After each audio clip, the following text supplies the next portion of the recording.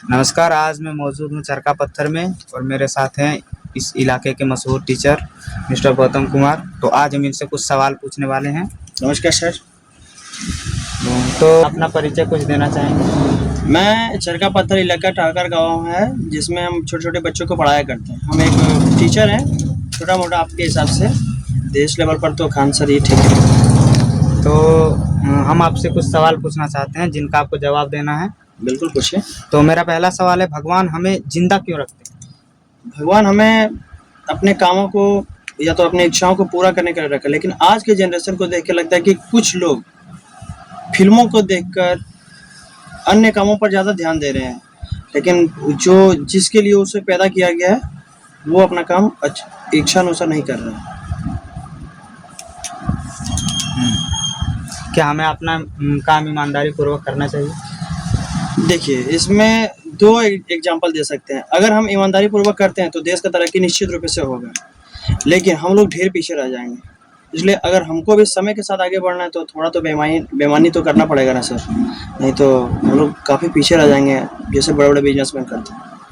तो क्या आप ये बता सकते हैं, क्या इसी रूल को बड़े-बड़े नेताओं भी फॉलो करते हैं? जैसे वो देश का विकास नहीं कर पाते लेकिन खुद बड़े बन जाते हैं। देखिए सर, जो नेता लोग हैं ना, वो मतलब विकास तो करना चाहते हैं, लेकिन कुछ-कुछ चूतियों के कारण, जैसे कि ठेकेदार हो गया, उसको अगर 100 धामा गिट्टी का दिया जाता है तो वो 20 धामा ही लगाता है, लेकिन लिख देता है 100 धामा, जिसके कारण से हमारे यहाँ का पुल लगातार गिरता ही चला जा रहा है। ईमानदारी पूर्वक वो वे लोग काम अपना नहीं कर रहे हैं। जात-पात के बारे में आप क्या कहना चाहेंगे? जात-पात पे को विश्वास रखना चाहिए या नहीं? हमें जात-पात को सबसे पहले तोड़नी चाहिए, क्योंकि हमें जब अगर एकता बनाए रखनी है, तभी देश आगे बढ़ेगा। तो लेकिन इसके सर लिए तो ये भी है कि निचले जाति के लोगों को अभी भी कई इलाकों में दबाया जाता है, उसके बारे बिल्कुल, में आप क्या कहना हाँ, चाहेंगे? बिल्कुल, इसके लिए बहुत जगह लड़ाई भी हो रही है, हम लोग खुद आवाज़ उठा रहे हैं, ऐसा नहीं होना चाहिए, लेकिन धीरे-धीरे अब पहले की तुलना में अब बहुत सारा कम हो चुका है।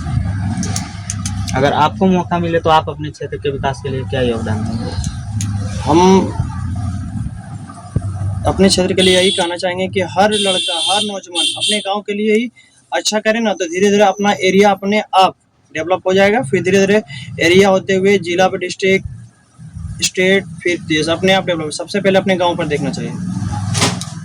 एक अच्छे युवा को आप किस नज़र से देखते हैं? मतलब उसके अंदर क्या गुण होना चाहिए जो कि एक अच्छे युवा है जो अपने गाँव के विकास करना चाहता है, जो अपने देश को आगे बढ़ाना चाहता है, किस प्रकार के युवा का हम अपने सॉरी आप युवा के अंदर आप ऐसा क्या देखना चाहते हैं जैसे कि वो अपने गांव का विकास कर रहा है? जैसे कि 100 में से 10 युवा ऐसे होते हैं जो अपने समाज के बारे में सोचते हैं या अपने विकास के बारे में सोचते हैं, तो आप उनके अंदर क्या ऐसा देखना चाहते हैं वो भी आगे बढ़े, वो अपने क्षेत्र का विकास कराए? बिल्कुल सर, आपकी बातों से हम पूरी तरह सहमत हैं, लेकिन हम यही कहना चाहते हैं कि आज के जनरेशन में जितना भी टैलेंट है, वो उन लोगों को कुछ चंद पैसों के लिए कमाने जाना पड़ता है, जो सही अच्छी शिक्षा नहीं मिलती है।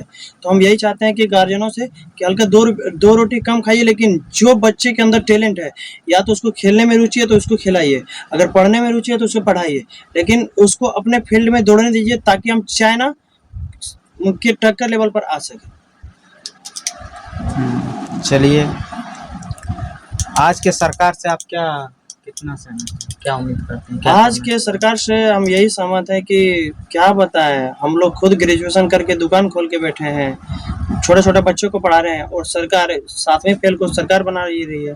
तो अगर स्टेट में अगर पढ़े लिखे मतलब नेता नहीं होंगे तो कहाँ से? ये भी है कि 7वीं फेल नेता के पास एक्सपीरियंस है, पढ़े लिखे युवा नेता जो है उनको काफ़ी समय लग जाएगा।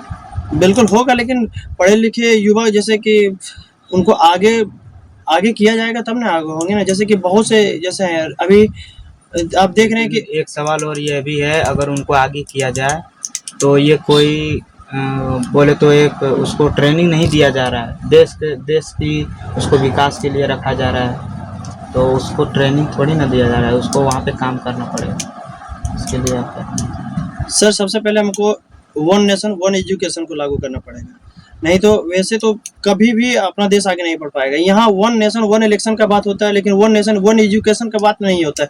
कुछ चुनावी मेढक हैं जैसे चिराग पासवान सब हो गए, वो साला जात पात के नाम पर आगे बढ़ रहे हैं, लेकिन अपना इलाका को देखना ही नहीं चाहते हैं। बस चुनाव आया नहीं कि मेढक जैसे उछलना शुरू कर देते हैं। लेकिन अपना इलाका को आज तक हम बोल रहे हैं कि 5 साल 10 साल हो गया है, आज तक हम अपने जो जिला का संसद है वो हमें अभी तक नहीं देखे हैं।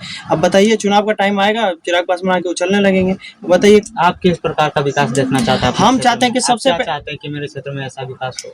हम चाहते हैं कि रोड गली एजुकेशन सब पर सरकार ध्यान दे, ताकि आने वाले समय में अगर मेरा इलाका अगर अच्छा रहेगा, साफ सुथरा रहेगा, तो आने वाले अगर दूसरे इलाका के लोग आएंगे तो देखकर वो अपना इलाका पर भी ध्यान देंगे, आवाज उठाने की कोशिश करेंगे सरकार के खिलाफ।